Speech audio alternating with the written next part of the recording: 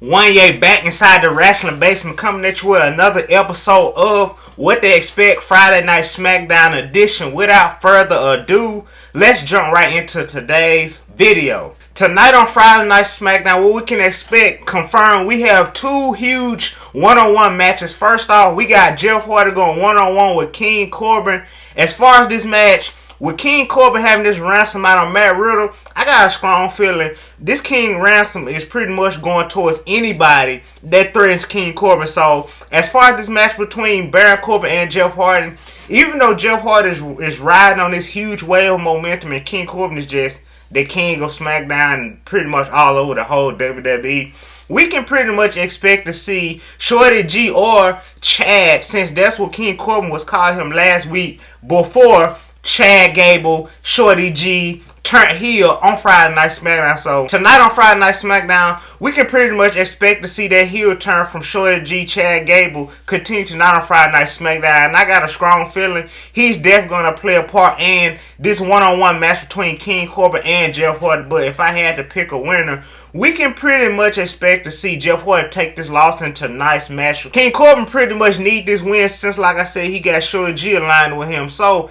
as far as this one-on-one match, we can expect to see King Corbin take the win over Jeff Hardy. Or on the back end, if King Corbin do lose this match, we have Shorty G come after the match and attack Jeff Hardy, similar to what he did with Matt Riddle. And since we on Matt Riddle, we can expect to see a one-on-one match between Matt Riddle and Sheamus. Now, the last time we seen Sheamus, he was getting his ass beat, mauled, and dragged.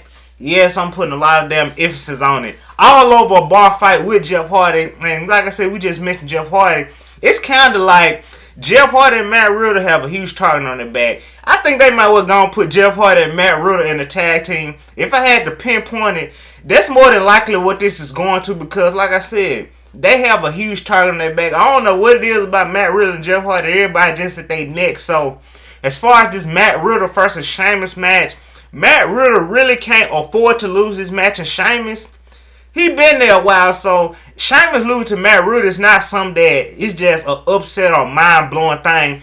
It's very likely to happen, and if I had to, pick a winner, I'm expecting Matt Riddle to come on top with this win tonight. And similar to the King Corbin and Jeff Hardy match, if Shorty G interfere in this match, well, not necessarily just interfere during the match, but after the match, they will pretty much indicate who King Corbin is really targeting Shorty G to attack them. And it's kind of a funny dynamic. Like, you got King Corbin, his size, and Shorty G. It's usually the opposite way around. It appears that Chad Gable, Shorty G, is King Corbin's hitman right now. So we can very well see King Corbin sick Chad Gable on Jeff Hardy and Matt Riddle tonight on Friday Night SmackDown. So we can pretty much, like I said, expect to see those one-on-one matches tonight. But again, Shorty G is definitely going to make his presence be known on the behalf of the king of Friday Night SmackDown, that being King Corbin. So like I said, out of those two matches, my money is going on Jeff Hardy and Matt Riddle to pick up the wins in those two one-on-one matches. Expect that. Also confirmed tonight on Friday Night SmackDown, we got yet another special edition of the Firefly Funhouse. Of course, featuring Bray Wyatt. And after we all seen last Friday Night on SmackDown, him attacking Alexa Bliss, many are wondering, many are speculating, and I am a part of this many.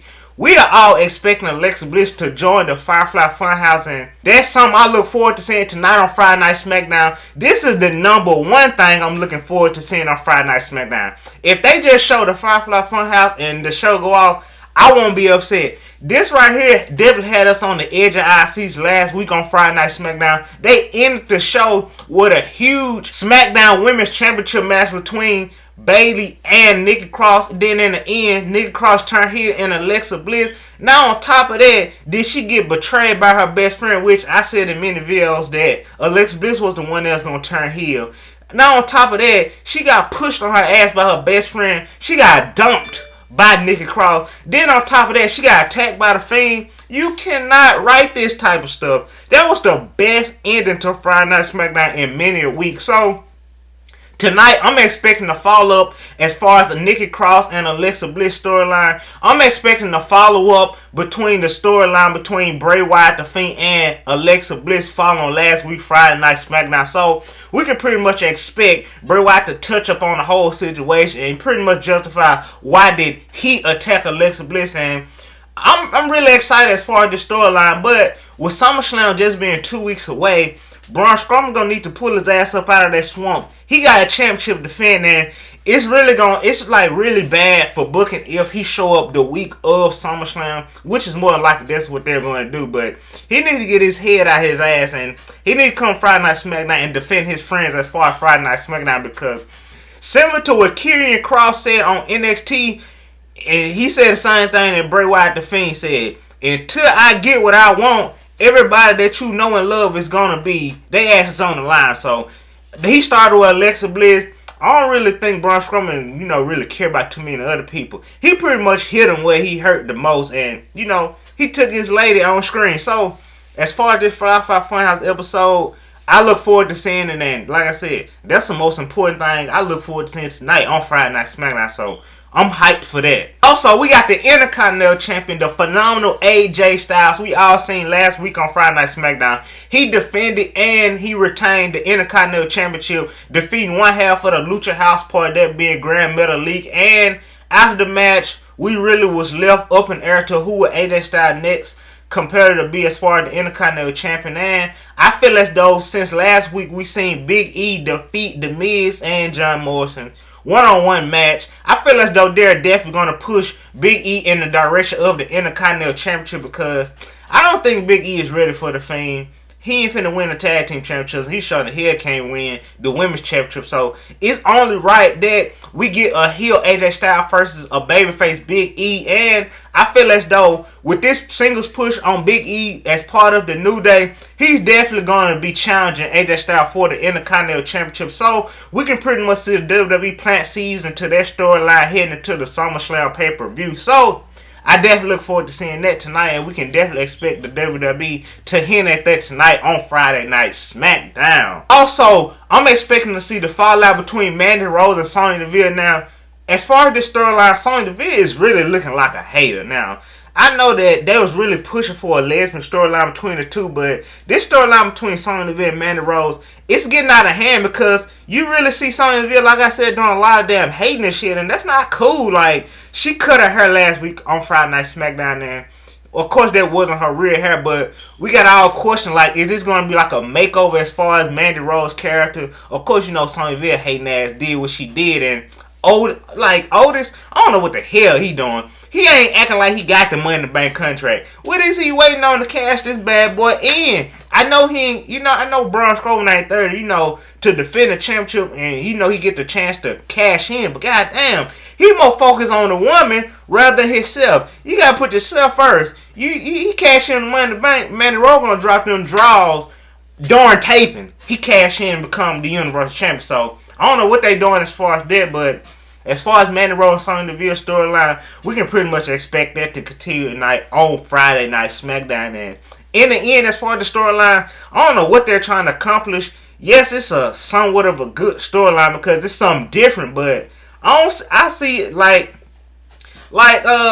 I see this as a one-sided storyline, because Mandy Rose then washed her hands with Sonya Deville, and Sonya Deville on one hand just hating and shit. Like, it's a one-sided affair as far as the storyline. So hey, we can pretty much expect, like I said, that storyline between those two superstars to continue tonight, also on Friday Night SmackDown. As far as the tag team division, Shinsuke Nakamura and Cesaro, more than likely, since like I said, what we seen this past Friday night on SmackDown, we seen them have some type of celebration, which we know how Shinsuke Nakamura get when he get a championship. It's not his fault. It's the creator's fault. They don't do nothing with him. I honestly won't be surprised if they ignore the SmackDown Tag Team Champions. But we seen the Lucha House Party, Grand Metalik, and Lince Dorado come back there and try to celebrate, really get a shot at the SmackDown Tag Team Champions. So that's more than likely the direction that they're going to go in as far as SummerSlam. Shinsuke Nakamura, Cesaro, SmackDown Tag Team Championship match against the Lucha House Party, in which, of course, the Lucha House Party is going to lose. So tonight we can expect them to plant seeds as far as that Smackdown Tag Team Championship match. Since we're talking about championship, since we're talking about tag team championships, world championships, we cannot go on with this show without mentioning the Boston Hug Connection, Sasha Banks, the Raw Women's Champion, and Bayley, the SmackDown Women's Champion, and together the WWE Women's Tag Team Champion, the Boston Hug Connection, tonight on Friday Night SmackDown. It wouldn't be a show without mentioning them. Like I said in the previous videos, Sasha Banks and Bayley is really keeping the women's division afloat. Now, they pretty much had all the attention on Becky Lynch and Charlotte Flair for the first couple of years when they got to the main roster. But now, Sasha Banks and Bayley have completely taken over. Whether they're good or bad, preferably as heel superstars as they are now, I'm really enjoying the ride. Now, whoever they go against at SummerSlam, I honestly don't care because it's going to be a great match. Now, out of these storylines between Sasha Banks and Bayley, you got Asuka on Raw gunning out to Sasha Banks, and on SmackDown, I don't think Nick Cross is getting another shot. More than likely, they're going to give this number one contender shot in next in line for Bayley's SmackDown Women's Championship between Lacey Evans and Naomi. And I feel as though it's going to be Naomi because Lacey Evans is a heel and they want to keep it babyface versus heel. So we can pretty much expect a storyline between Asuka and Sasha Banks to continue on whenever that happens.